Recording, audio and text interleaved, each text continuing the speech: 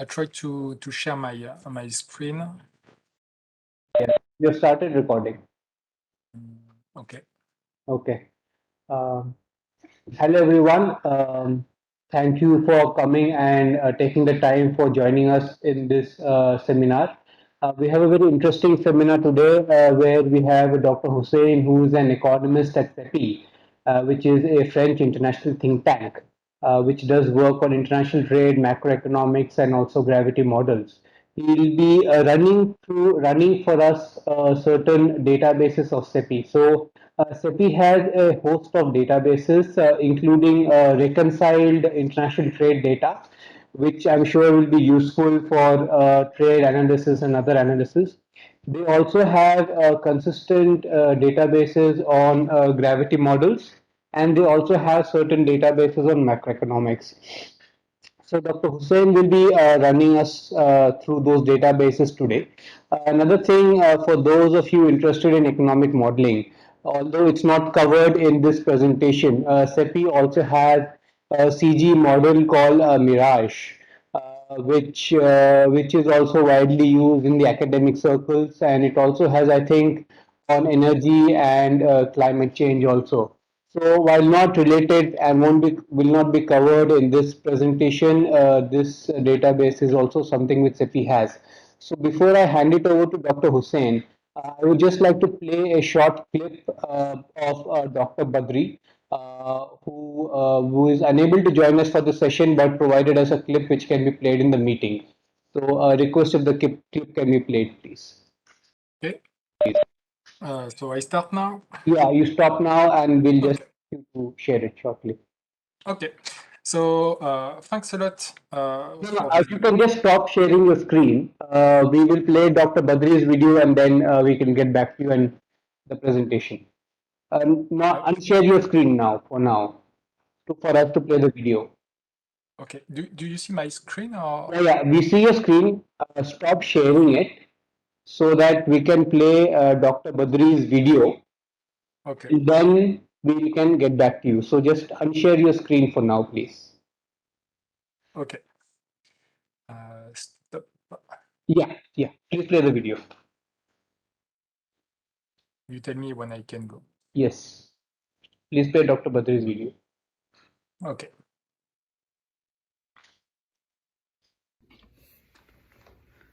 Greetings, everyone.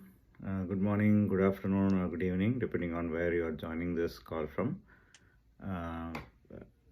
As part of our continuing efforts by this vertical of trade and commerce at Niti Aayog, Government of India, we are delighted to welcome all of you to join this very important discussion meeting in which we are going to learn about a lot of different data sets that can be useful for trade policy research and analytics. So this is part of our continuing efforts to boost capacity in trade policy research and analytics, particularly in policy and research academic circles in India, but also in industry and also in the other parts of the world, because this particular webinar is going to be recorded and also posted on YouTube, Niti Aayog's YouTube channel, so that whoever is interested in learning these topics can benefit from it. So this has been the norm for most of the training and capacity building programs that we have been holding on trade policy research and analytics in the recent past, and this is another great addition to that series. So when we think about trade policy, we think about a lot of different types of data sets, exports, imports, at bilateral level, from country A to country B at a very detailed sectoral level or commodity level. We also think about tariffs, custom duties, and we also think about various aspects that can affect bilateral trade. We also think about foreign direct investment, and so on and so forth, non-tariff barriers, and so on and so forth. So if there is one intellectual organization or think tank or research institute which pretty much touches all these topics and develops data sets, tools, models, methods to understand all these different aspects of trade, that is CEPII in Paris. So which literally means a center for research and education in the areas of global economy, various aspects of global economy. So this center is very renowned in this area, and it has been serving the world for several years in this area. We are really delighted and fortunate to have a great team member of this center, Dr. Hussein Gimbard, who also happens to be my longtime friend and collaborator in research. We published some papers together and did a lot of work together in the past. When I was working at Purdue University, we used to do a lot of collaborations. So I'm delighted to welcome you, Dr. Gimbard, to explain some of these data sets that are developed by CEPII. Of course, CEPII does a lot more kind of offerings than just data sets. Of course, data sets are really useful, and we all can benefit a lot from it and develop our own analysis and research based on that. But CEPII also does its own modeling, so its own models, that it develops, and a wide range of research tools and research methods and research papers that are developed by CEPII. So the focus of this webinar is going to be just on the data sets that CEPII produces, if I understand correctly, and Dr. Gimbard can explain more. Just to give a brief introduction about Dr. Gimbard, Dr. Hussein Gimbard is an economist. He has a PhD in economics from University of Paris, and has a lot of publications, and even more importantly, citations, because the work that he has done, for example, in terms of FDA or in terms of tariffs, MacMap data set and so on, FDA, and so on. These are quite well cited by a lot of researchers across the world.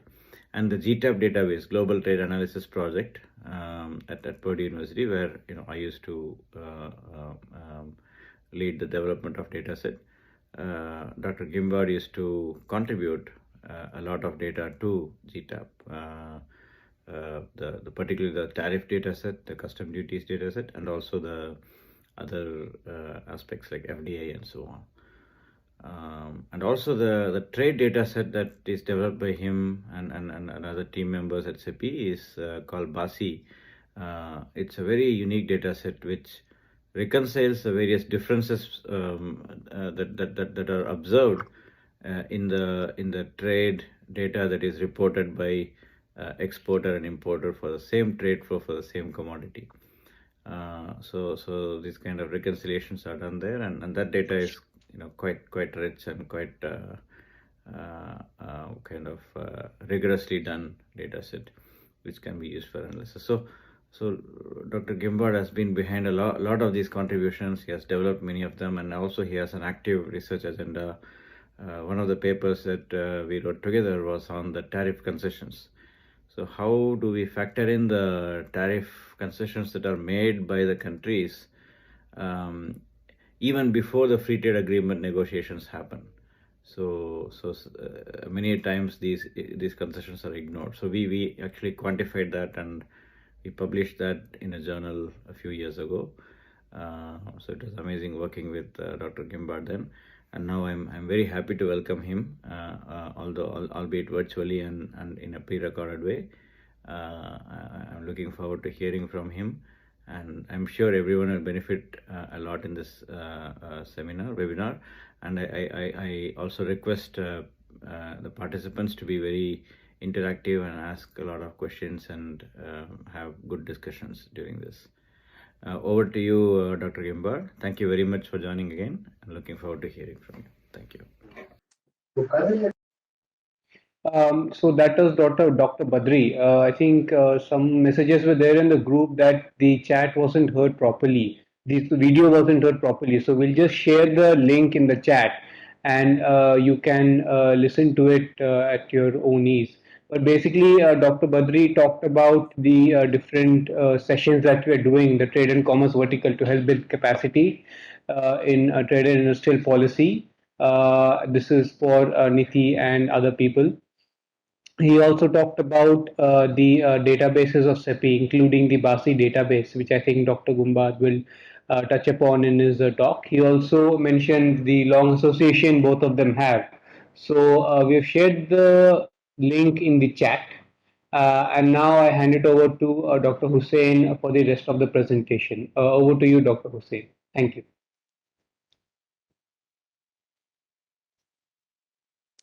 Okay, thank you very much, and thanks, Badri. Even if I didn't hear what he said, I will watch the video later on. So I will share my screen first.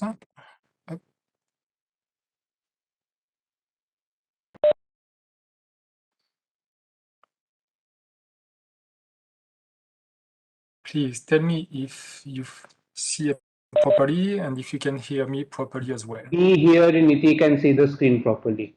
I hope everybody else can see the screen properly.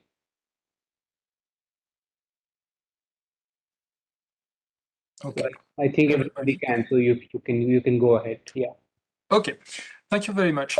So thanks first for the invitation to present CEPII's work on databases. It's a real honor and a real pleasure to be here with you during this meeting online. So I will present the work of CEPII on databases. And of course, it is not the only thing that we do at CEPII. We also provide some academic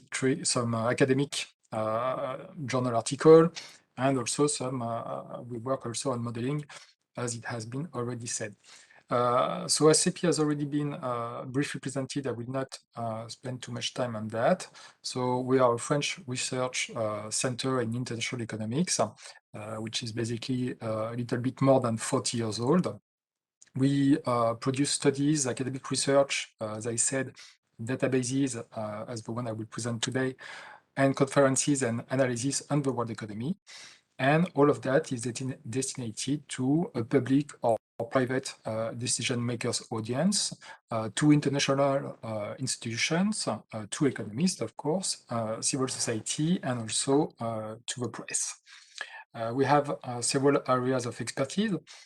In blue are mine's area of expertise, so trade and globalization, and environment and natural resources.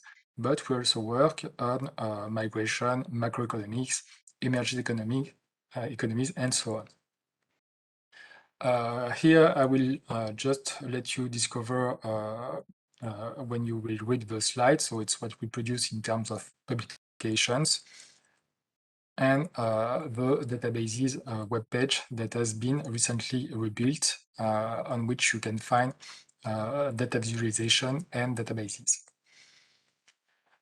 So the objectives of CEPII in terms of datasets is first, for our empirical work on the world economy, we developed and we maintain databases which are made available to the academic community and to the public on our website.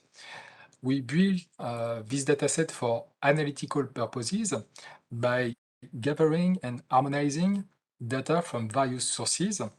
This can be from international organization, national sources, etc. And we group those datasets by themes. So we distinguish international trade, gravitational data, indicators, and macroeconomics. Each database has its own dedicated web page, which is established according to a standardized presentation, giving relevant information for their use and an associated journal article or working paper to which to refer when you use the database. We also provide some interactive data visualizations about the world economy for what we call country and region profiles. Those are available in French and in English versions.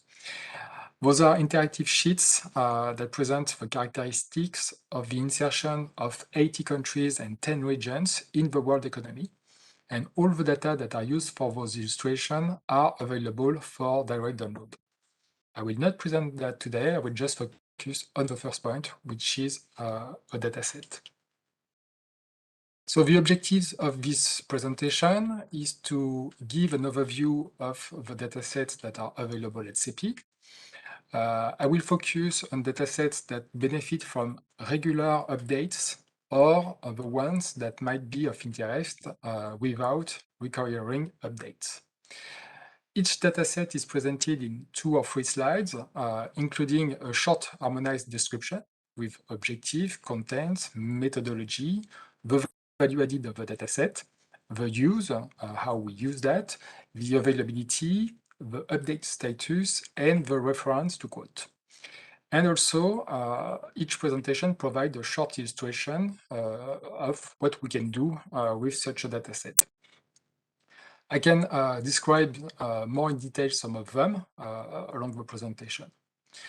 There are also what we call the legacy datasets, which are datasets that are not maintained nor updated.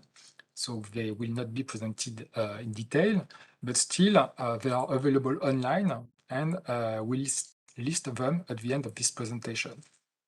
And in the slides, all that is green is a hyperlink that is directly connected to CEPII's website or to websites that are of interest for a given dataset.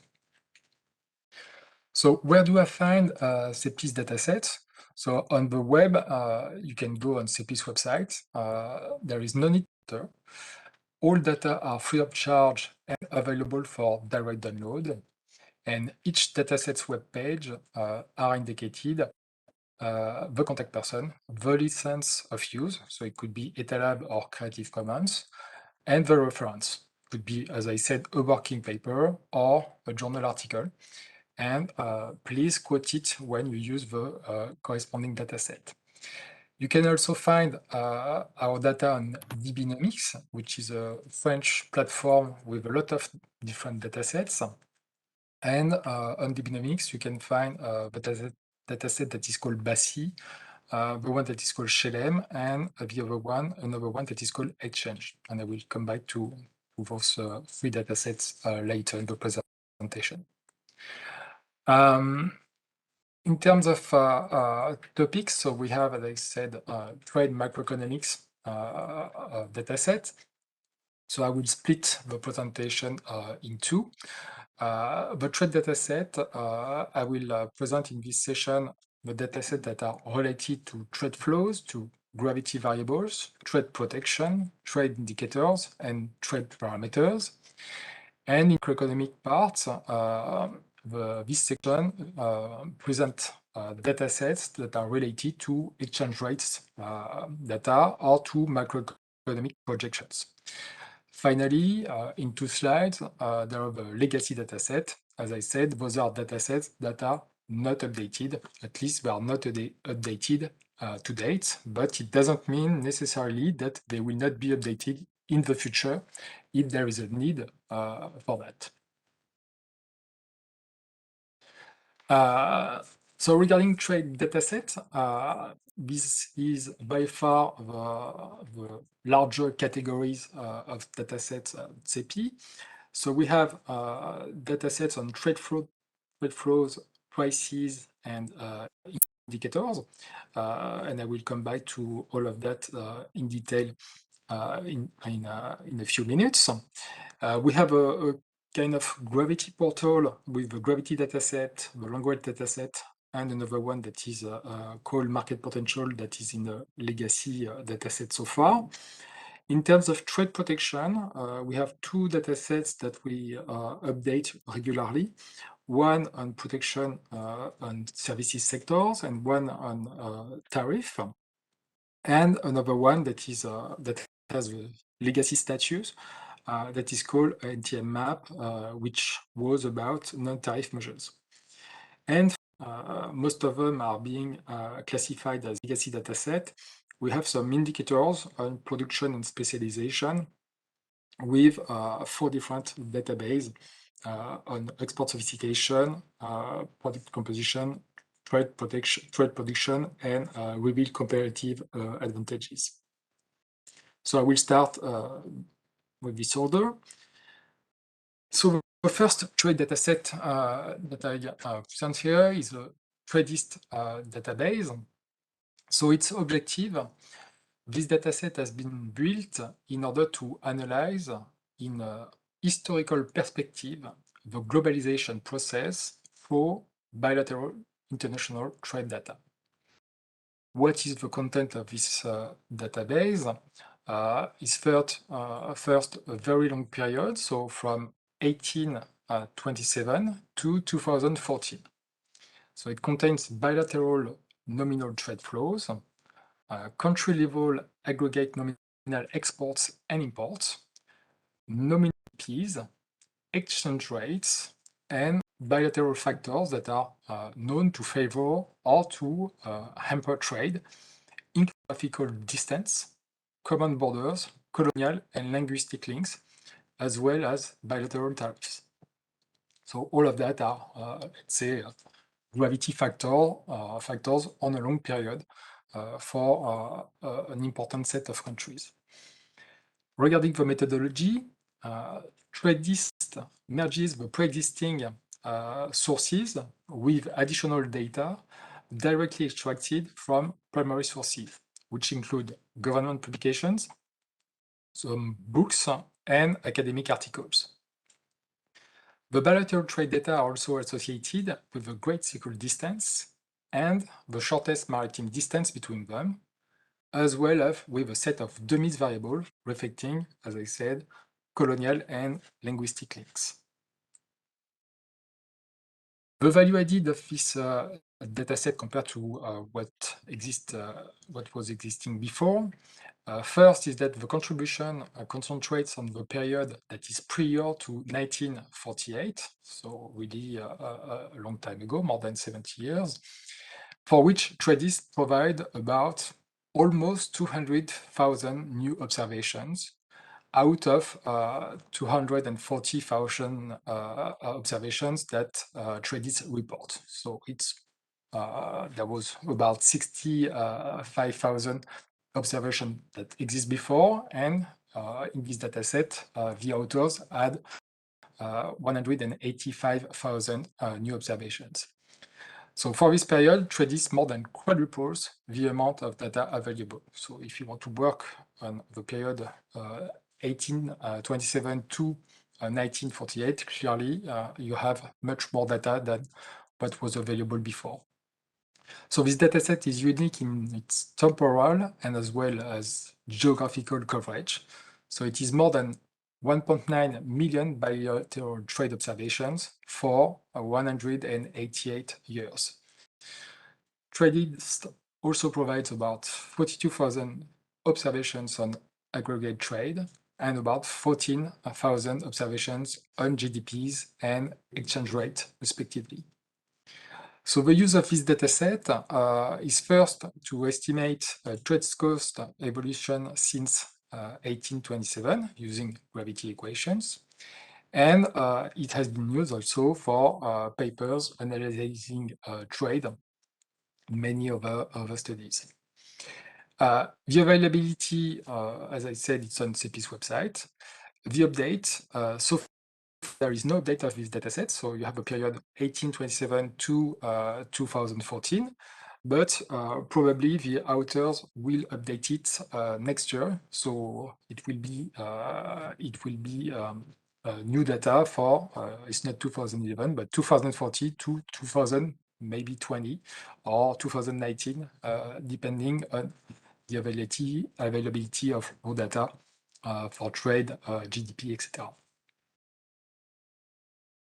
In illustration, if you look at if 1827 is equal to 100, you can have a look at the decline of trade cost over almost 2 centuries.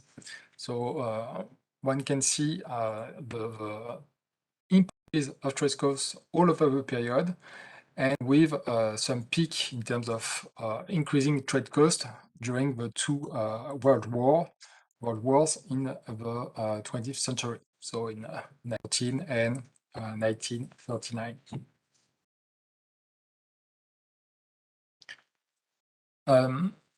If we look at another data set, which is called SHELEM, the objective of this database is to bring together in a consistent and comprehensive framework long series of bilateral international trade. This is the dataset that we call SHELEM trade. Long series of balance of payments, which is the one that is called SHELEM BOP, and as well as long series of GDP, population, and exchange rates, which is the one that we call SHELEM GDP. Combining those three datasets allow us to compute specific indicators that linked those three datasets in a common worldwide geographical classification, which is organized in 95 elementary countries or areas. So the content of SHELEM, so as I said, it's 3 different datasets that can be merged together thanks to this unique classification in terms of countries and sectors, many countries. So the trade dataset contains bilateral trade of goods detailed in 71 SHELEM product categories, but also it can be detailed in 43 GTAP categories. So it's GTAP categories before GTAP 10. Now it's a bit different, but it is compatible with GTAP 9 or 147 IZ categories.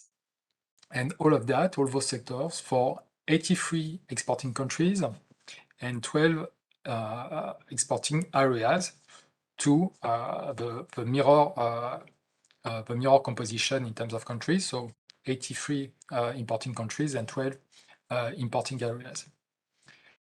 In terms of balance of payments, so it follows the 6th manual of the balance of payment edited by the IMF.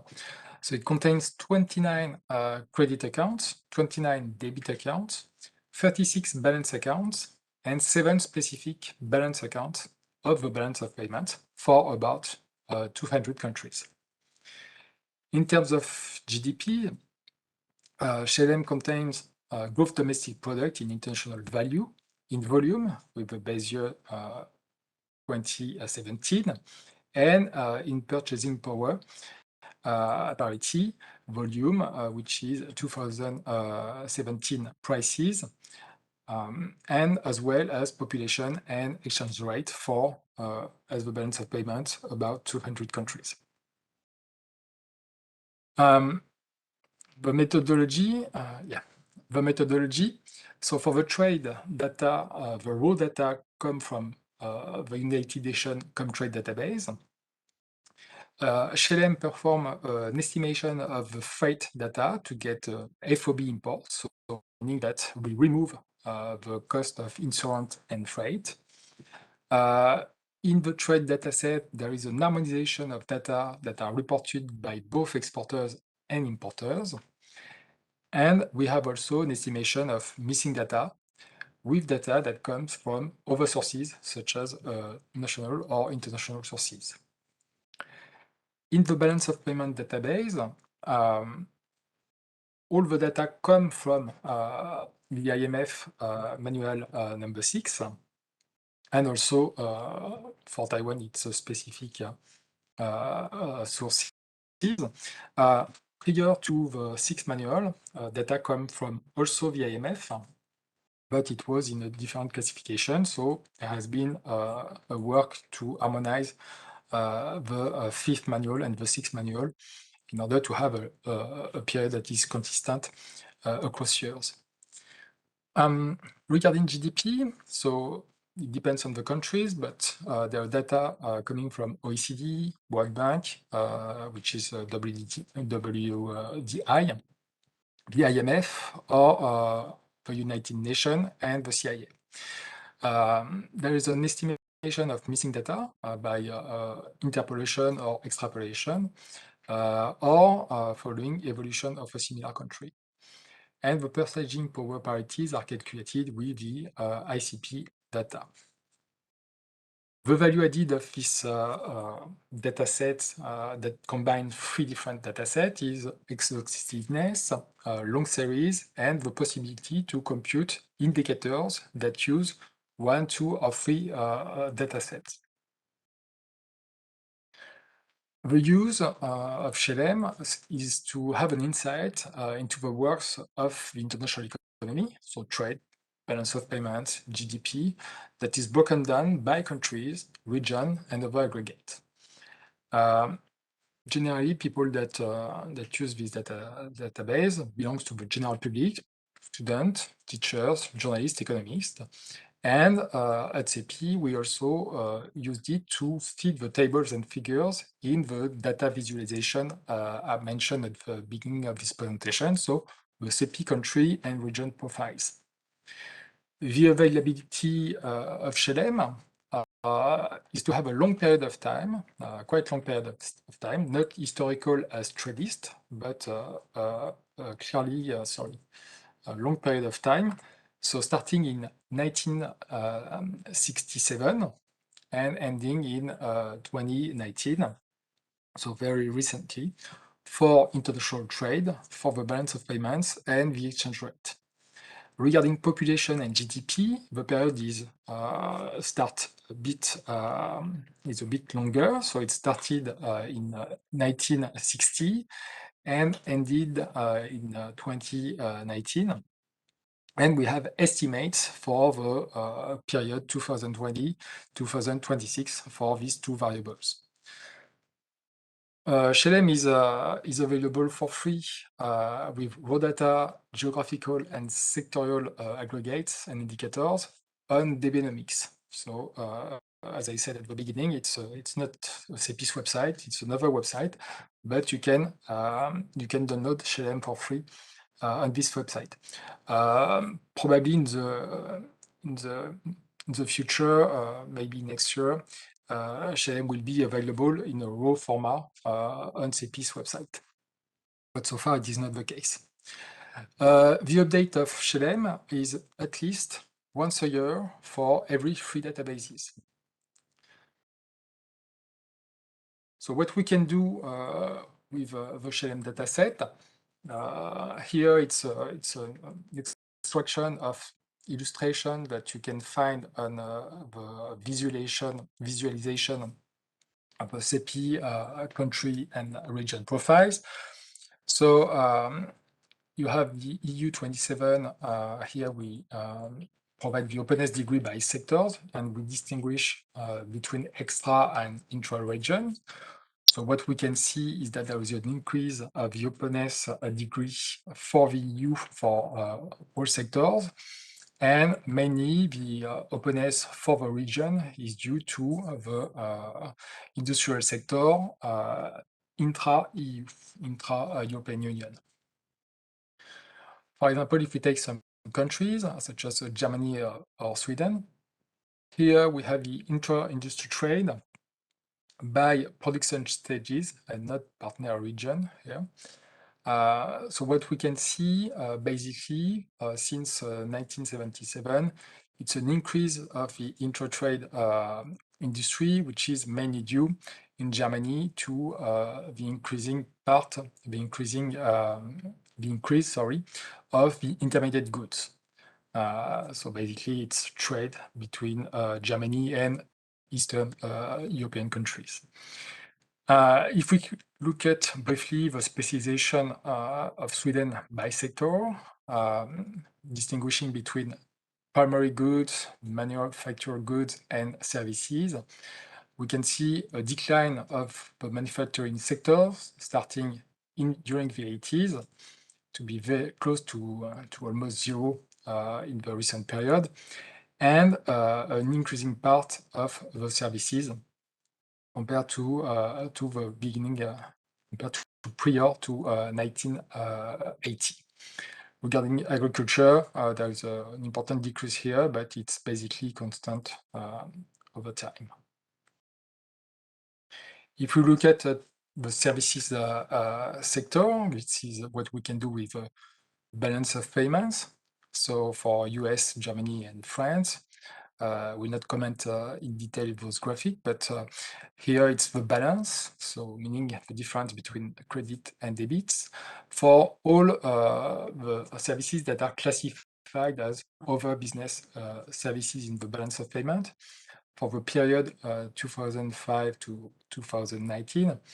And we can see, for example, in US, some clear evolution, I would say, like the increase of other business services, which is a specific topic in the balance of payment in which you have a lot of different services. And we also have an important increase of financial services compared to 2005. Regarding Germany, we have a skyrocketing evolution of licensing, and other sectors are pretty have an evolution that is or chaotic or pretty stable over time, except the telecom that is clearly declining since the beginning of the 2010s years. In France, here it's the graphic shows clearly that we cannot really say anything if we look at all sectors, but we can just see that there is an important increase in terms of financial services or decline, such as in Germany, on the telecom sector. Regarding BASI that you mentioned at the beginning of the presentation, BASI, so BASI, it's a French name, so it means base pour l'analyse du commerce international. So it means database for analyzing the international trade. And it provides detailed data on international trade flows.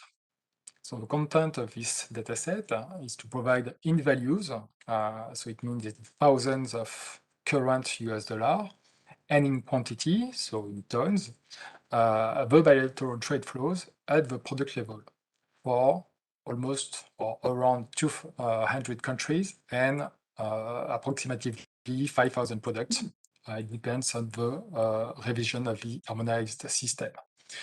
So the product nomenclature is the harmonized system, which is a classification which details product with a code that contains 6 digits. And we provide the BASI in different revision of this harmonized system. So if we take the methodology, so let me have a full page on that. It might be interesting.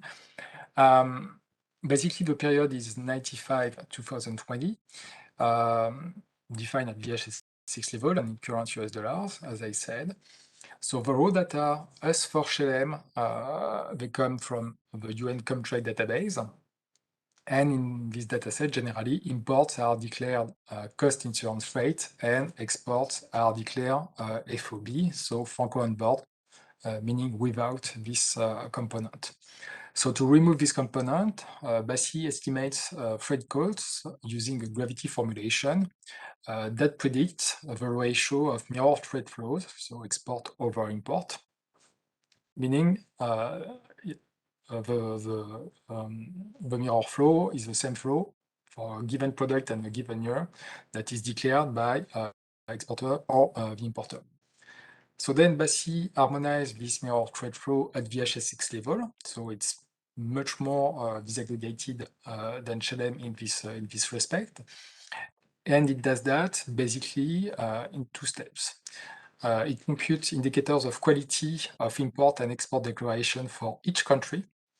And in the second step, those are used as weights when BASI averages the mirror flows to get the harmonized value, so a unique value for a given relationship. So this, at the end of the day, we have a reconciled import and export flows, which means that exports and imports are identical. The empty cells are filled using the mirror trade flows when available. And BASI does not create trade flows if both importer and exporter declare nothing. So for a given product K and a given year T, if there is no trade that is reported in ComTrade, BASI will not try to estimate if this value is really zero, or if there is a trade that is missing somewhere.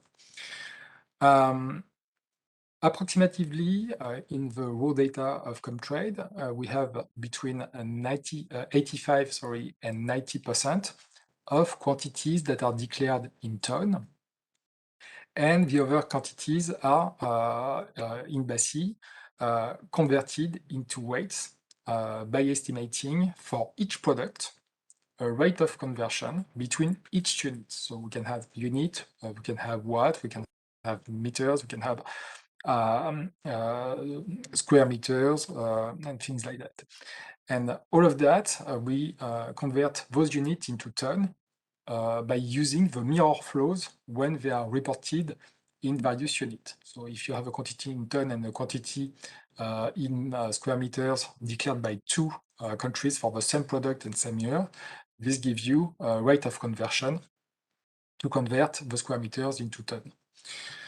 So finally, BASI contains information on trade values in thousands of current US dollar, net of transport cost and tariff, and it also contains trade quantities defined in tons. The value added of this dataset is to be comprehensive, so all countries in the world and all products. So if you want to work at a detailed level, meaning HS6 product is a dataset that you should use, and it is relatively simple to use. So it's why relatively into parentheses. It's because it's a large data set, so of course you need to use statistical softwares to use BASI. It's not possible to use it with Excel, for example. The use of BASI first is to provide descriptive evidence on trade, so on trade values, trade flows, on trade quantities. It allows also the user to compute trade indicators, so comparative advantages and so on. You can use it in econometrics, so in gravity models, if you want to explain trade, for example, or if trade is an explanatory variables, and so on. The availability, it is available on CEPII's website. So you have a zip file with a CEPII dataset that is splitted by year to make the reading of the dataset easier if you don't have a powerful computer, for example. And it is also available on DBnomics. Regarding the updates, BASI is updated yearly, normally in January, but it depends when we have the data. But it is the normal way of BASI. A short illustration, mainly descriptive, on French import vulnerability. So on the y-axis, we have a number of products. So meaning that for the HS6 classification, it can go to, depending on the revision, more than 5,000 products. So France import almost 5,000 products, so 4,927 products, of which 1,021 mainly depend on extra-European countries. So here we just look at the trade that is more important in terms of share. So for example, more than 50% of the imports come from other countries than Europe. Among those 1,000 products, we have 121 products that are highly concentrated among a small number of suppliers. And on these 121 products, we have 12 of them that are vulnerable with a low potential of diversification. So there is not many exported to France of those products. So this is the kind of analysis in terms of trade relations at the product level that you can do with a dataset such BASI, and you can do that for 1 year or across from 1995 to the last year that is available in BASI, and see how you are dependent some exporting countries on some product and on some product and exporting countries that are a few. So meaning that your imports are very crucial and are really located in a few areas, as we have seen during the COVID pandemic, for example, for masks or things like that. What you can have in mind when using BASI is to compute what we call trade unit value. So you take the trade flows in value and you have the quantity, so you can compute unit values in terms of price by ton, for example. But the thing to know is that in the raw data of Comtrade, there has been a change in 2005 in which they started to estimate missing quantity by using averages unit values with the informations that they have. So the computation of trade unit values using BASI might be biased in this respect. So this is why we developed another dataset that is called trade unit values that aims at providing a better proxy, I would say, for trade prices. The content of dataset is to have for a given year, for each reporter partner product, the unit value in current dollar by kilogram. And the TÜV dataset is split into two datasets, the trade unit values on the export side and the trade unit values on the import side. The methodology, so it is based on very disaggregated data, meaning we use the tariff line level. So those data come from Comtrade as well, but it's not the HS6 version, it's the tariff line version, which is more detailed, meaning that, for example, a given HS6 product can be split into various products defined at the tariff line level. So it's not a 6-digit code, it could be a 8-digit code or a 10-digit code. And a given HS6 can contain several of those 8-digit or 10-digit codes. The importance of using those tariff line level data is that there is no treatment by Comtrade in terms of missing quantities in the data. So we can directly use the raw information to compute ourselves unit values first at the tariff line level and then average at the HS6 level, which is the common classification that is used by all countries and that is consistent with what we have in the trade data, such as BASI, for example. There are some quantities that are converted into kilograms because they are not necessarily all nuclear in the same measures, and there is a work on removing the outliers.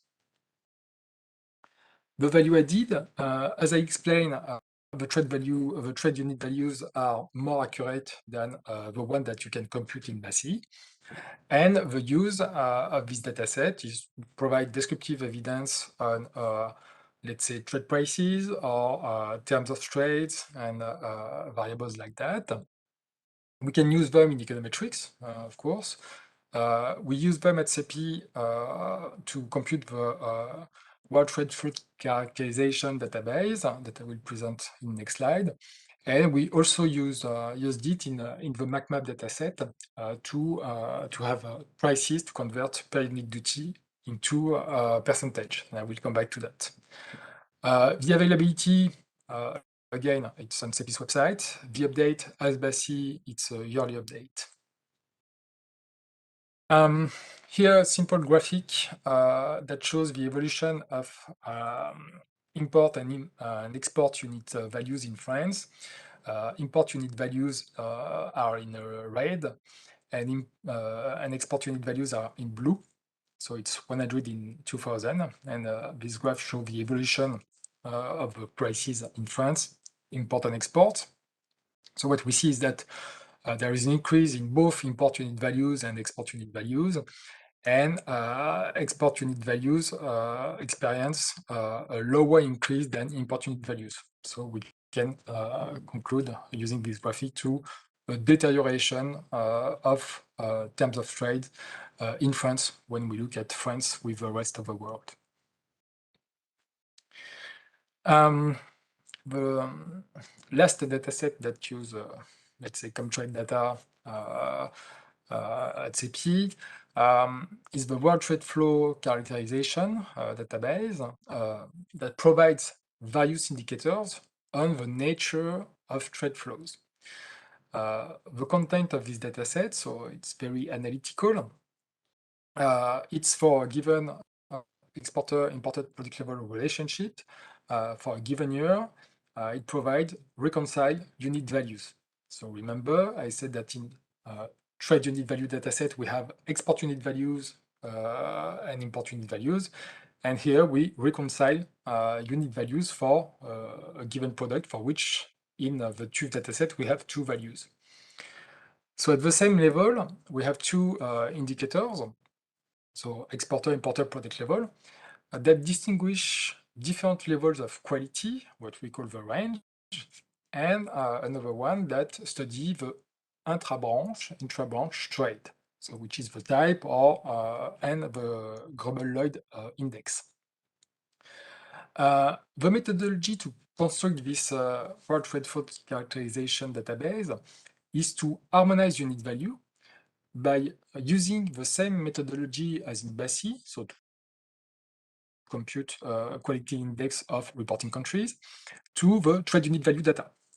So we remove the CIF component in the import dataset, in the TÜV import dataset, and we reconcile the mirror unit values in those two datasets. To determine the range, so the quality of a given product for a given relationship, we compare the unit values to a reference level, and this reference level is the median of unit values for the product for a given year. And for the intra-branch trade, it means that the same product flowing both direction between two countries, and we distinguish between quality and variety in the process. The value added of the WTFC database is that it provides indicators that are ready to use. And the use of this dataset is, of course, as well in econometrics, descriptive analysis, and also visualization. Again, you can see visualization using WTFC on CEPII country profiles and region profiles. Availability on CEPII's website and the update, as BASI and trade unit values, it's yearly because we use trade unit values to produce this dataset. A simple illustration here is to look at the export of low, medium, and high quality for Germany and see their evolution across time from 2000 to 2019. And in a nutshell, we can see an important increase of high quality products that are exported by Germany worldwide.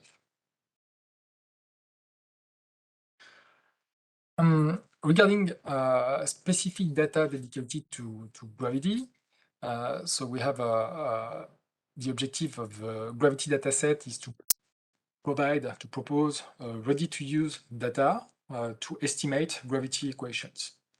So the content of this dataset is that for each pair of countries, for a long period of time, from 1949 to 2019, and I think it's now even 2020, the trade flows, the geographic distances with different methodologies to compute them, trade facilitation measures, GDP, population, etc., in a single framework. So the methodology is to gather various sets of data that are commonly used in the gravity equations and to test them and to put them in the same way of designing the dataset that is useful for gravity equation. And another part of the work done on the gravity database is to compute various distances using data of population. So you have a normal distance, I would say, and weighted distances using population. The value added of the gravity dataset, first, of course, all variables except the ones that are computed in the gravity, but most variables could be downloaded separately by the user, but the gravity dataset makes things easier. So it avoids a lot of work on conversions between different geographic conventions and code. And we have one single file with well-documented content for something like 50 different variables. What is the appropriate way to measure distance between two countries? Here you have different way of answer to this question, but the answer of the gravity dataset is to provide different options, including population weighted distance, and let the user decide what is better for his estimation. The use, of course, it's mainly econometrics, of course, descriptive evidence as well, but the use of this dataset is related to the gravity literature, because we have a very large literature estimating gravity equations. The availability on the CEPII's website, of course, and the update, it will be now update yearly, contrary to what has been done in the past, because of the trade data and GDP data and population data that are included in this dataset. So all the distances that are computed with population, for example, will be computed each year. Here, a graphic that uses this gravity dataset to study the freedom of movement and regional trade agreement effect on the effect on migration. So what we can see is that there is an increase of the effect. The effect is more important the further you are, the effect is more important on migration from the freedom of movement type of agreement than for RTA, which the further you are, the less impact, the smaller impact the RTA has on to boost trade compared to the ones that are closer to the origin. Short presentation of a language dataset. So there is already a language variable in the gravity dataset, but we have a specific dataset dedicated to language. So the objective was to provide a new series for language-related variables. And the content of this dataset is to provide a series for common official language, common spoken language, but also common native language, and in the case of linguistic proximity, to provide unadjusted values that serve for constructing two different measures that are labeled prox1 and prox2. This series are available for 195 countries. In terms of methodology, we have a dummy for a common official language, and the usual sources is the CIA World Factbook. With regard to CNL and CSL, all languages that are required to be spoken by at least 4% of the population in two countries. So data native and spoken language are collected from various sources, and they are described in the GAE paper. The authors construct two separate measures of linguistic proximity, LP1 and LP2. LP1 is inspired by the FIRON 2003 and Leighton 2000 of calculating linguistic proximities on the basis of the ethnologue classification of language, so trees between trees, branches and sub-branches. The linguistic proximity 2, the source is an analysis of the lexical similarity between a sample of words, so 40 words, that were compiled by the Automated Similarity Judgment Program project. The value added of using the language dataset, it is more detailed than what we have in the gravity dataset. So if you are interested in a link that are due to language, it could be a good idea to use this specific dataset. And when using it, the authors find new results on the coefficient associated to the language in the gravity regressions. The impact of linguistic factors altogether is at least twice as great as the usual dummy variable for common language that is generally the official language. The use of this dataset is academic, so econometrics, etc. The availability, it is available on CEPII's website. There is no update of this dataset that is planned so far. So it starts to be an old dataset. The paper is from 2014. Here, a short overview of official spoken and native languages and other spoken and native languages. So we have a number of language, for example, Arabic, Bulgarian, Chinese, Danish, French, English, etc., and Turkish. And we have as well other spoken and native languages, for example, Albanian, Hindi, Polish, Ukrainian, etc., that are computed using the methodology that I just explained in a few words. Regarding trade protections, as I said, there are 3 different data sets on trade protections. One is legacy and 2 others are updated. The first one that I present here is the AV on services, so environment equivalent for the services sectors. So the objective of this dataset is to compute AVs, so a percentage of the applied protection in the services sectors.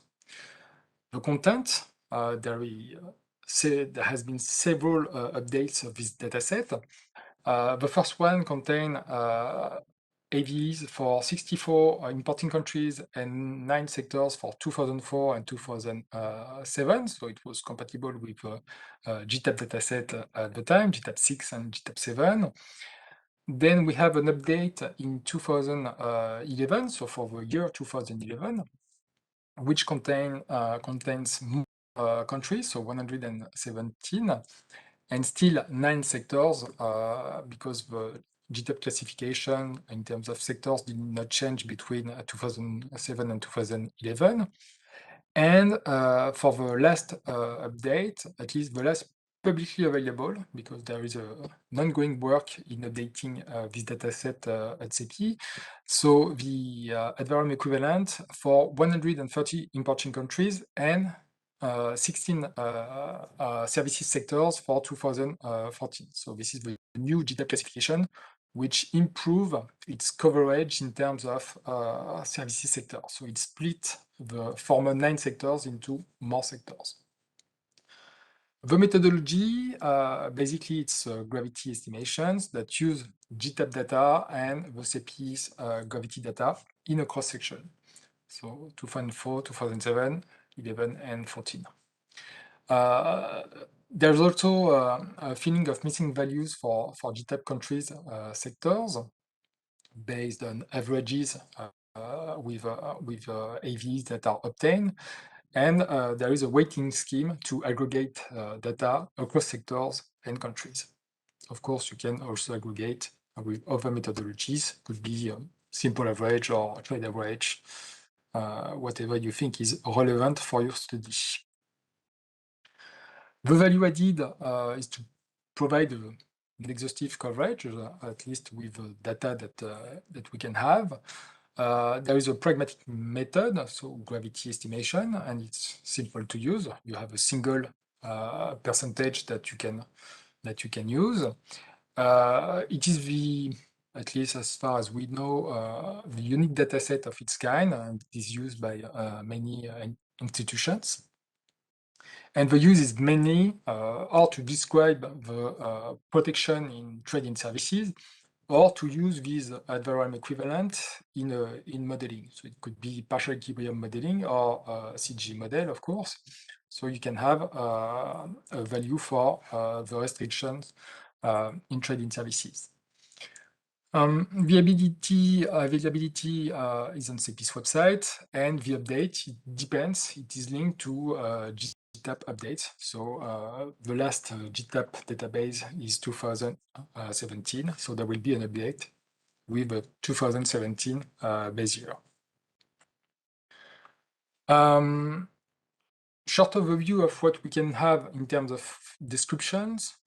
So here it's not a modeling work, but it's how we can describe the services protection worldwide for the 2011 version on the left side of the slide. So the kernel density of VIV that are estimated for the 9 GTAP sectors.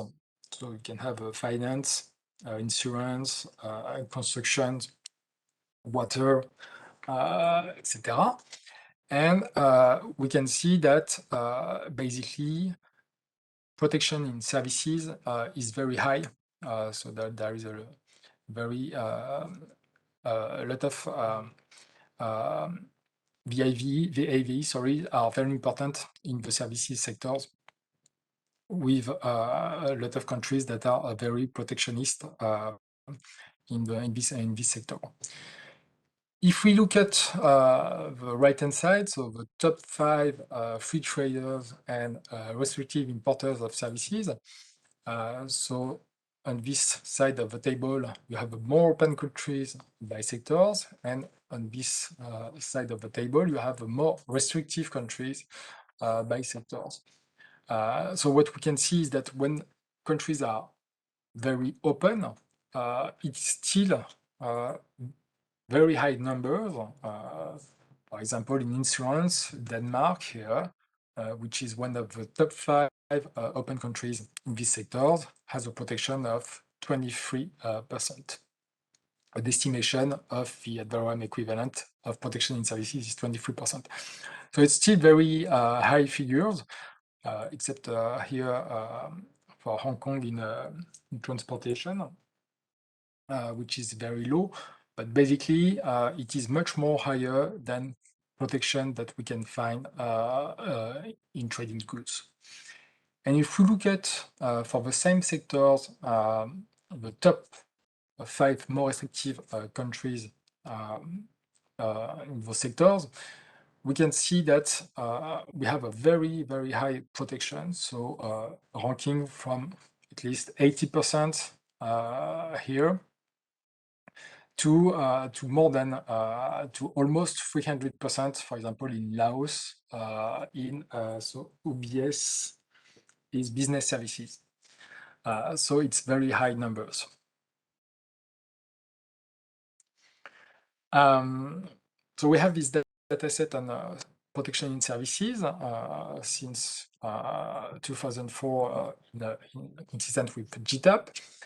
And we have also, regarding trading goods, tariff provided by the MacMap HS6 dataset. So the objective of MacMap is to provide also net variable equivalent, meaning a percentage of the preferential applied protection, as well as various weighting schemes to aggregate those AV across countries or across sectors. The content of MacMap so is to provide this set of AVs and weighting schemes for almost 190 importing countries vis-à-vis 220 exporting countries in the HS6 classification every 3 years since 2001. So with this HS6 classification, you can see that we are consistent with what we do with BASI and what we do with the trade unit value database, meaning that we can combine them and use them together. So the methodology, 2 small slides to detail the methodology. First, the raw data are collected by VITC, so the International Trade Center that is located in Geneva, that collects tariff at the tariff line level or at the HS6 level, using information that countries give them or sell them, or information that they can download online, for example, using Tariff for the European Union. From this tariff line level, a simple average is performed to get a single HS6 preferential tariff. And using this HS6 dataset at CEPII, we detect the HS6 revision, because not all countries declare in the same revision, and we convert all tariff into a single HS6 classification for a single year, choosing the HS6 classification that is the most used, that is used by most countries. We convert the per unit duty into US dollar by ton. So per unit duty are tariffs that are expressed, such as $2,000 by ton or $1,000 by square meters, etc. So we convert all that into US dollar by ton. And to do that, we use the BASI conversion matrix that I was talking about earlier.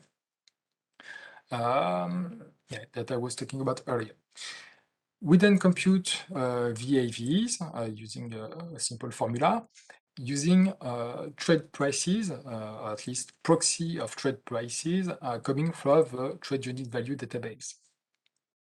We compute VMFN tariff that are normally officially released as WTO, but using this dataset, the preferential tariff, we can compute with a simple algorithm VMFN tariff, meaning the most favored nation tariff, that is normally the lowest rate that you apply to all your WTO partners for a given product if there is no trade agreement.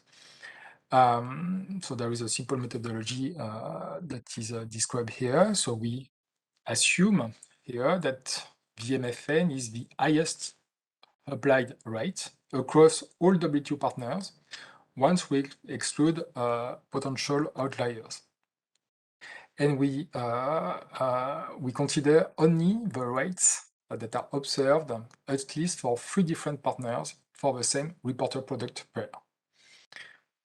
Then, when possible, we compute ad valorem equivalence of tariff rate quotas. So we have information on in tariff, out tariff, and authorized quantity. And we have information on quantities that come from BASI. So we merge information together and we compute filling rate. So we compare the quantity that is available in BASI and the quantity that is authorized by the quota. And depending on this ratio, we can compute a filling rate, which gives us the tariff that will be used for this particular product for a given importer vis-à-vis a given exporter. And finally, we compute weighting schemes. So it is documented in the working paper, in the journal article, but we have several weighting schemes. So the MacMap HS6, and I give the formula just after, and the bilateral trade, that is only bilateral trade. So the Valorem equivalent that is computed in MacMap is for a given product exporting countries and importing countries.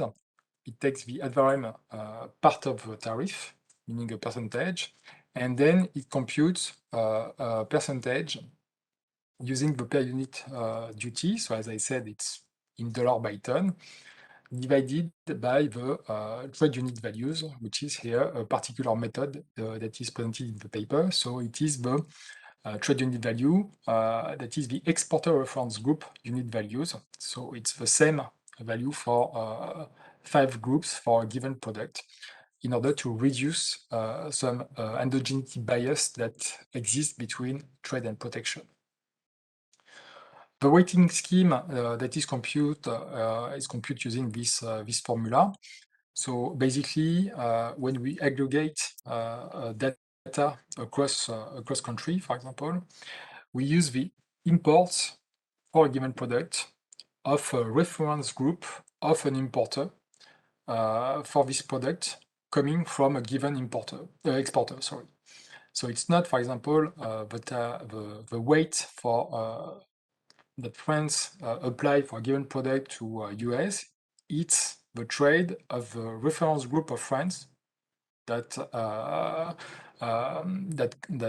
come from US for this product. So the imports of the reference group, and this is scaled by the basically the size of the country under study, so S, in its reference group. So if it's an important country in this reference group, it will increase the weight. If it's not, it will lower the weight. So using that, using this data set, so in terms of value added, basically we have an exhaustive coverage. So of course, it's not all years, it's every 3 years. But there is nothing much better than that. We have a pragmatic method to compute the weighting schemes. So the reference group I just talked about are compute using a clustering method using GDP per capita and trade openness, and we gather countries into 5 groups. And we also deal with complexity, such as per unit duty or mixed tariff or compound tariff, etc. So if you know a bit of trade policies, you are familiar with those tariffs, and all of that are converted into a percentage.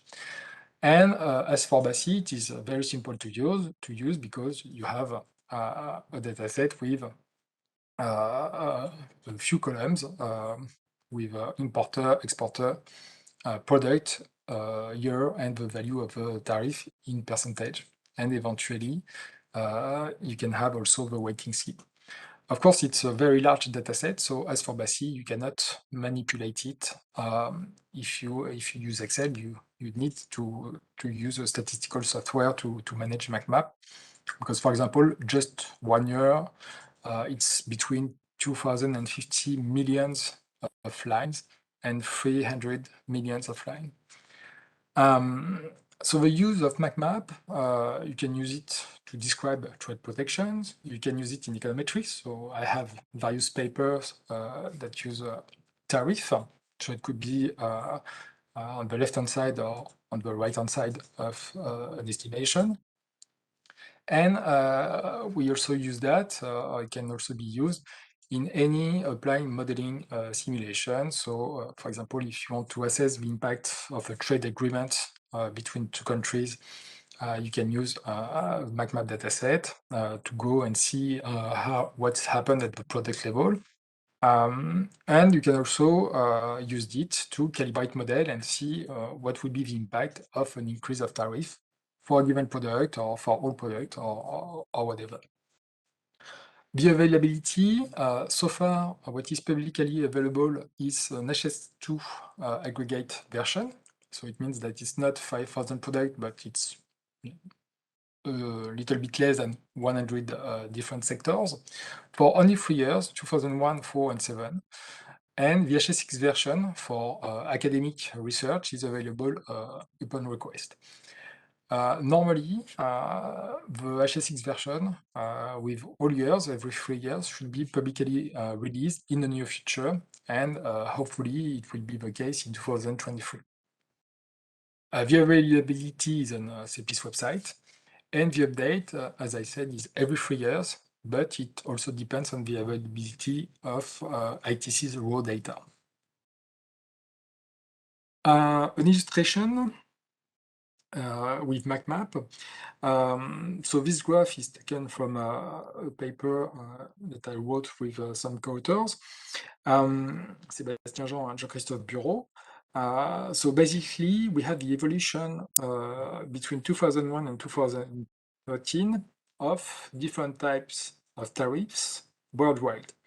So we have what we call the bond duties, which is the maximum level of tariff that a country can apply to its partners at WTO. We have the MFN tariff, which is the lowest rates applied by a country to its WTO partners if this country does not have a trade agreement. We have a unilaterally applied tariff, which is basically the MFN tariff to which we add unilateral preferences such as GSP or AGOA or things like that, which are non-reciprocal preferences. So they are granted by one country to a subset of countries, but a large subset of countries. And we have the bilaterally applied tariff, so which is reciprocal preferences that exist in trade agreements, for example, or custom unions. And in this paper, we had also computed tariff, which is here the tariff that would be applied if there has been a success in multilateral trade negotiations in the WTO framework. So what we can see in this graphic, in the y-axis, you have the level of tariff, so it's in percentage. So we have first a decline of all tariff across years. So bond duties, MFN tariff, bilateral applied tariff, all of that decrease across years. So for example, it goes from almost 15% in average in 2001 up to it goes down to like 2000, let's say 13% in 2030. Same thing for MFN. So MFN starts at 7.2% in 2001 and go down about 4.8% in 2013. And the bilaterally applied tariff, so it goes from 6.9% in 2001 and goes down to something like 4.2% in 2013. So what we can see as well is if we compute some hypothetical situation in which we include, starting from 2013, agreements that are phased in, so agreements that are in force and in which tariffs are reduced, but not completely reduced in 2013. Another situation in which in 2013 we had what we call at that time the mega deals. So the TPP, for example, which is implemented, EU, Japan, or the RCEP, for example, in Asia, and all the negotiations. So this includes the mega deals, the phasing, and all the other agreements that was at the time in negotiations. And we can see what will be the impact on the bilateral applied tariff which will become 3.6% if we include all the agreements that were currently in negotiations in 2013. And of course, you can also have information between on the differences between the different type of tariffs. So giving information on the binding overhang, which is increasing across time, and on the preferential margin, which is also increasing across time. Difference here is 0.3, and here it's 0.7 or 8. And if all agreements are signed and enforced, it's 1.2 percentage point in terms of preferential margin. And you can see finally, for example, in this paper, the less interest in terms of concluding a Doha round, for example, because the would-be impact would be much lower in 2013 with all negotiations that it would have been at the beginning of the negotiation in 2001. Here, the tariff would be decreased by 1.4%, 4 percentage point. And here, if we include all agreements in negotiation, it's only 0.5 percentage point. So this shows less interest, at least it explains why there is less interest in the multilateral negotiation, at least at the time of the paper. Now it is a bit different. I almost completed the presentation of trade databases, and for macroeconomic, it will be much faster. So the last dataset we developed at CEPII, so it's the product level trade estimated elasticity. So it has a name, but basically the name has been removed from CEPI's website. So it's tariff-based product elasticity now. So it provides estimations of this parameter, so the trade elasticity.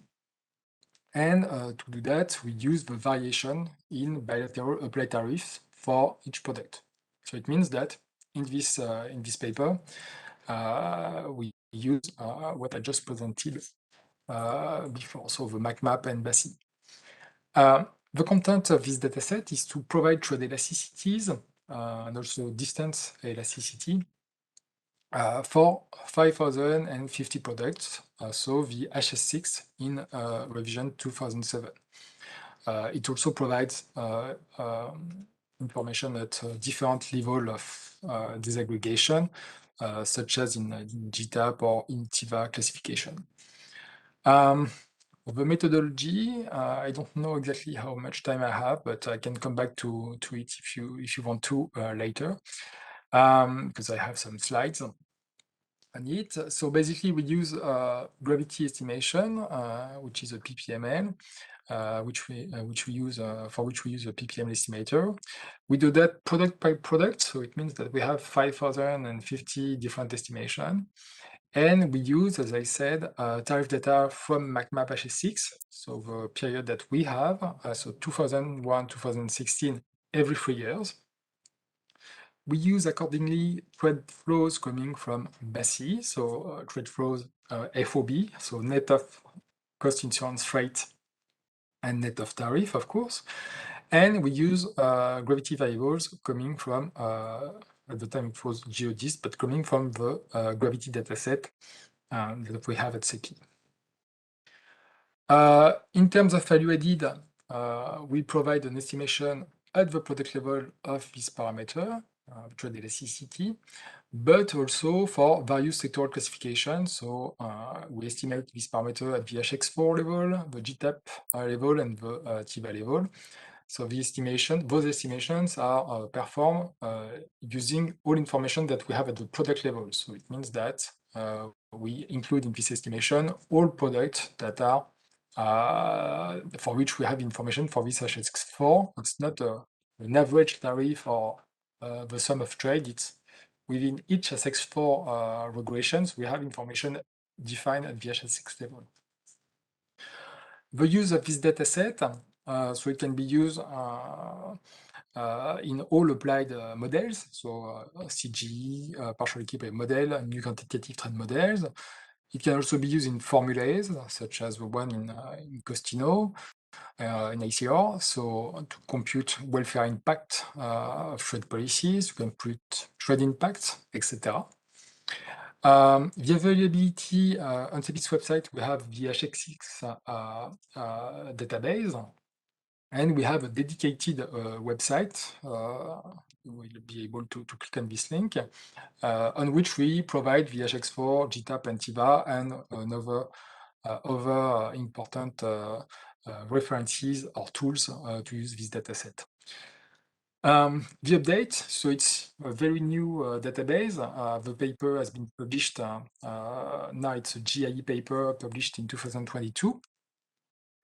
So there is no update that is planned in the short term, but perhaps next year we will propose a new estimation of the trade elasticity using 2019 tariff, on which I am working on, and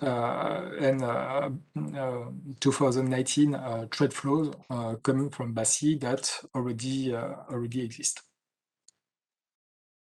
Here, just a kernel density of the empirical distribution of trade elasticity across all products in our baseline estimation. So we can see basically that most of the trade elasticities are centered around -5, which is in line with previous estimation, of course. But using the dataset, you will have information that is directly defined for all HSX products, which is something pretty new in this empirical literature. In terms of macroeconomic datasets, so we have much less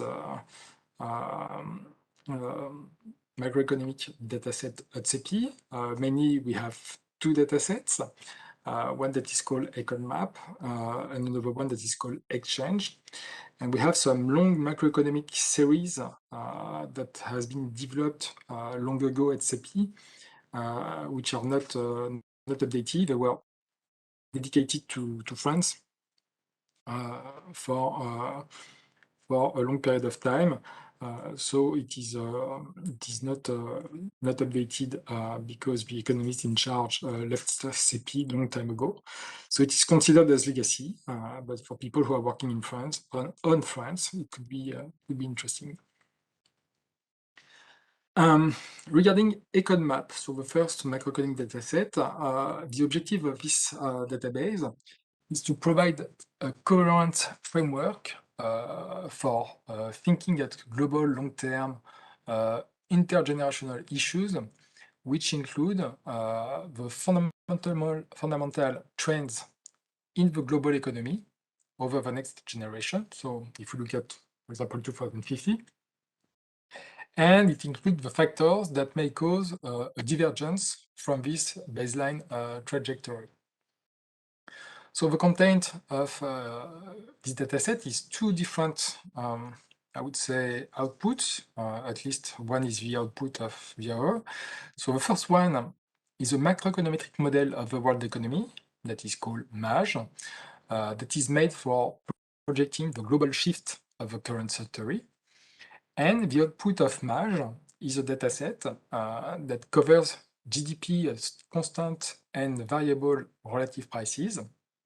So this is EconMap, together with production factors and technological change for each of the 177 and 67 countries from 1980 to 2050. The methodology, so it is a multidisciplinary prospective analysis as a macroeconomic projection. So it's not prediction, it's projection. So it is based on what we have as observable data. It is based on the dynamic pathways that use a specific functional relationship. And we have a model, we have assumptions with this model and a theoretical framework that is provided in the journal article. So basically, if you want to have an overview of the economic growth in MAGE, which compute GDPs, or icon map. So it is a CES framework which combine Cobb-Douglas function of labor and capital and an energy bundle. So the energy is considered as part of the value added.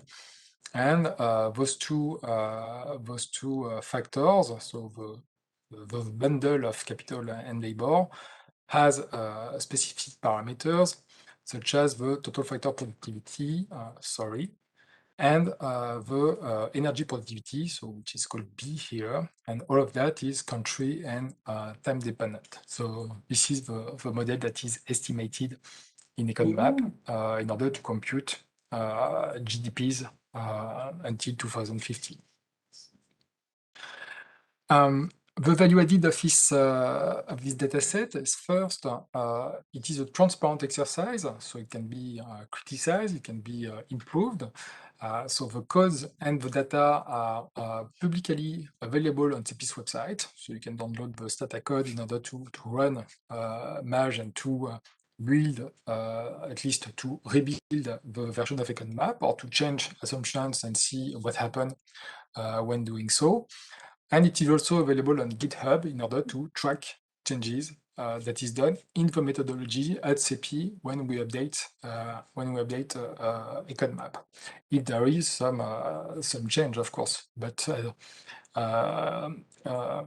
if there is no methodological changes, there is at least changes in the raw data that are used for the estimation. There are several institutions that use the MAGE output, so that use EconMap. First, at CEPII, we used it as a baseline for our CG model, Mirage, so to have a baseline up to 2050 when we need it. But even if we stop earlier in the analysis, we still use EconMap. There is its energy consumption in Enerdata. And the GRC, which is a European research center based in Spain, use EconMap. The GTAP community also, and there has been some joint studies with OECD and WTO using EconMap projection. The availability is on CEPII's website, as I said, and GitHub for tracking changes. And the update, so as for the AVs in services, there have been several different updates. One in 2006, which is the first work that has been done at CEPII to develop projections up to 2050 with 2 factors and 106 countries. So it was done by Sandra Ponce at the time. And in 2010 has been built the actual version of MAGE, at least the first version of MAGE, which use 3 factors. So as I said, labor, capital, and energy. And with 128 countries done by Jean Fouret, Agnès Tensiquet, and Bruno Fontanier. In 2014, the first update up to 2100. And in 2021, last year, the last version that you can find on CEPII's website, we still have these 3 factors for 166 countries, and the horizon of these projections is 2100. If we look what comes from MAGE simulations, so if we look at historical data in 1990, to which we compare with 2020, which is an estimation here, and 2050, which is of course an estimation. So we have for each country, from country 1 to country 10, and 16 to 20. So there are some countries that are missing here. So it was for convenience at the time the table was done, but there are some countries that should be here. So we have the GDPs. Here it's in thousands of billions of US dollar. And compare to previous column, to the column on the left, we have the rank and at least the evolution of the rank of the country. So, for example, in 1990, what we can see is that United States ranked first, followed by Japan, Germany, France, Italy, Russia, UK, Brazil, Canada, and China for the 10 first countries. And in 2020, which is, as I said, estimation, but it's not so far from the real world because the estimation is pretty close. So the US is still the first country in the world in terms of GDP. China has gained 8. It's a +8 compared to what was China in 1990. So it was 10, and now it's ranked second. It's followed by Japan, Germany. India ranked gained more than 10 seats, I would say, 10 places. So it's the country that has increased GDP, the highest increase in GDP in terms of ranking in the world economy. Followed by UK, France, Brazil, which stay the same as in 1990. And if we look at 2050, so what will be the world if the world obeys the structures of the modeling and the assumptions of the Maj model, which is of course not possible, but if we stay as business as usual, I would say, what will happen is that China will rank first, so it will gain +1 with a GDP which is 44,000 billions of USD. The United States will be second, followed by India, which will be third, and then Japan, Germany, United Kingdom, so developed countries. Nigeria will gain +17, so is now number 7 in 2050, followed by Indonesia that has experienced an important increase of its GDP, and followed by France, etc. So it allows us to see what could be tentative pictures of the world economy in, let's say, 30 years, if the relationships in the model, in the Maj model, are respected. The last data set in macroeconomic, so exchange. Exchange provides annual indicators on effective exchange rates. So the content of exchange, it includes 2 sub-databases that contains data on first nominal and real effective exchange rates, so 187 countries that are computed under 3 different weighting schemes and 2 panels of trading partners over the period 1973, 2020, 2020.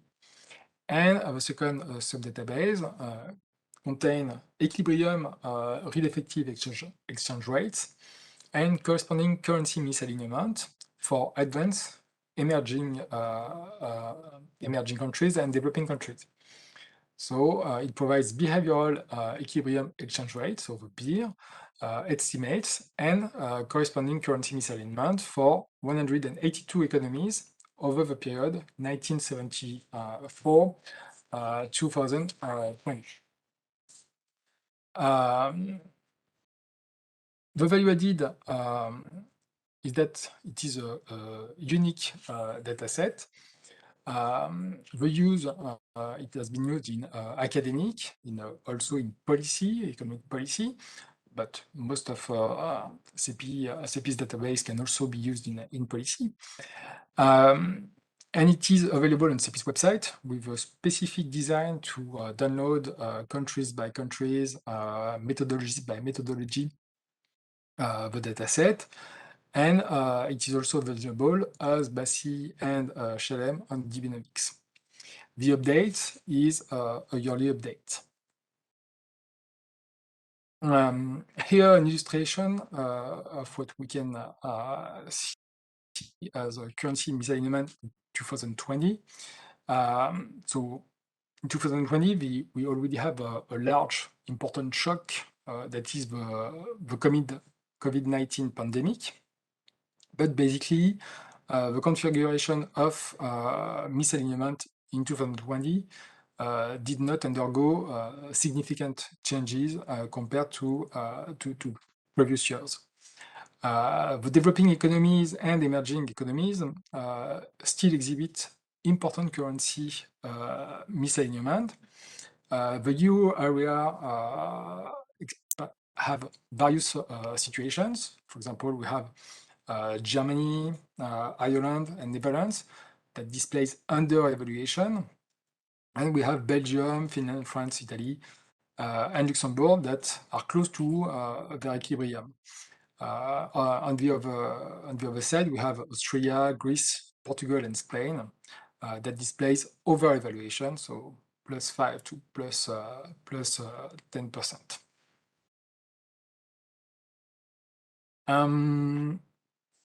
So for the last part, so it will be very short. But just to say a word on the dataset that you can download on CEPII's website, but that are not, at least so far, updated. So we have data on export sophistication, which provides export sophistication indices on Chinese locality from 1970 to 2007. We have data on FDI, so it's a dataset that is called FDI map. It provides harmonized data on sectoral bilateral flows in stocks for FDI in 2004. So this dataset is purely dedicated to apply model. It's not possible to do econometrics with it because it has been built using econometrics. Basically, it's a gravity estimations that estimate bilateral sectoral flows and stocks of FDI for all countries using information that we have at the sectoral bilateral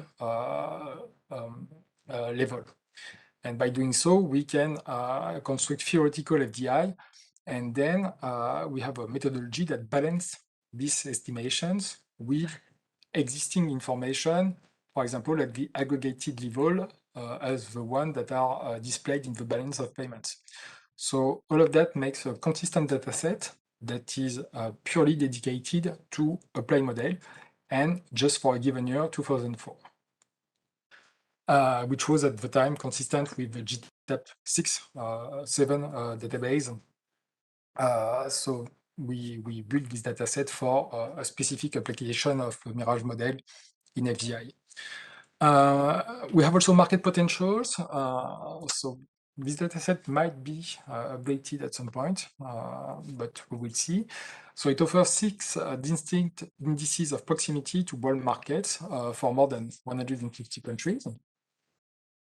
The network trade dataset explores international trade the data through the lens of the network analysis in order to visualize the world trade network and to describe the topology of the network of world trade. So it is done using the BASI database.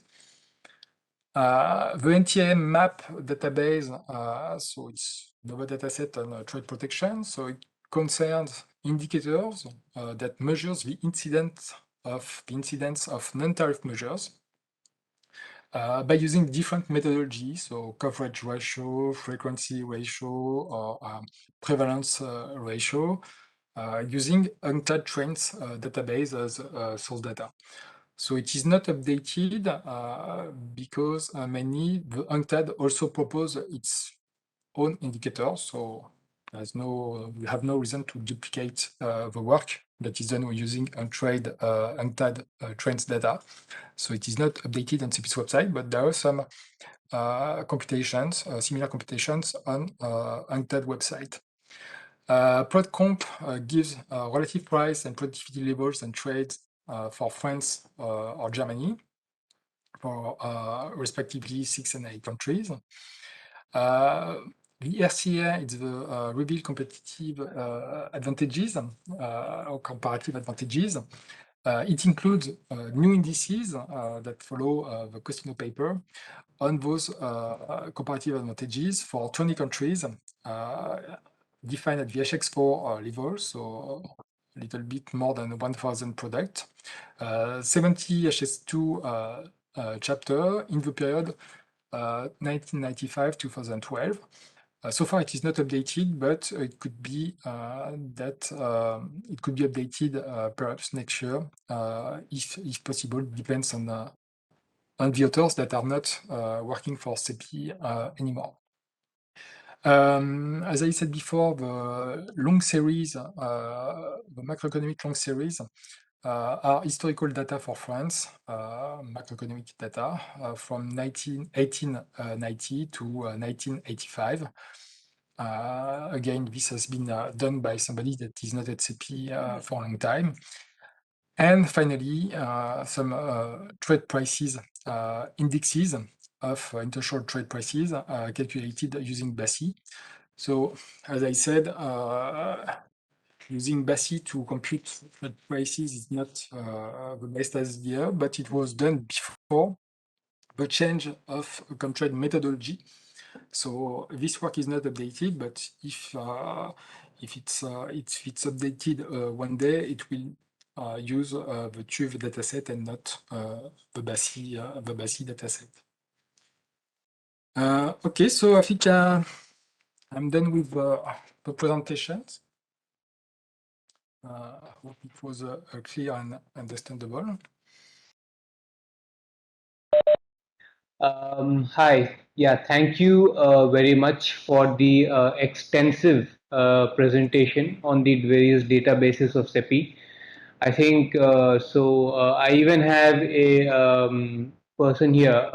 He will be undertaking her master's in international economics shortly. And as you were going through the presentation, she also had various ideas how she can use it for her study. So thank you very much. I think if I can summarize, I don't think I can do justice in a few words, but if I can summarize, then I think your trade database is the most extensive one. And there are different versions of it looking at the same or similar types of databases using different measures, indices, etc. And the BASI database and also the structural database that you have, I think, is also quite useful. So, and the database which you have had on I think the long-term trade, I think from 1890s onwards. So I think that is also interesting. What I would be curious to know is it ends in 2014. So suppose we take UN Comtrade database from 2015 onwards, or ITC Trade Mass database from 2015 onwards.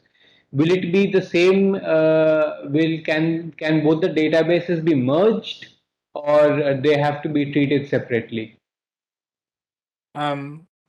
It could be done as a first step, but basically, it depends how you treated Comtrade initially, because as it is done in BASI, for example, we can see that it is different if we take exporter data or importer data. So it depends how you treat that. But it would be better to use, for example, the DOTS dataset, because they already provide aggregated data, bilateral aggregated data by year.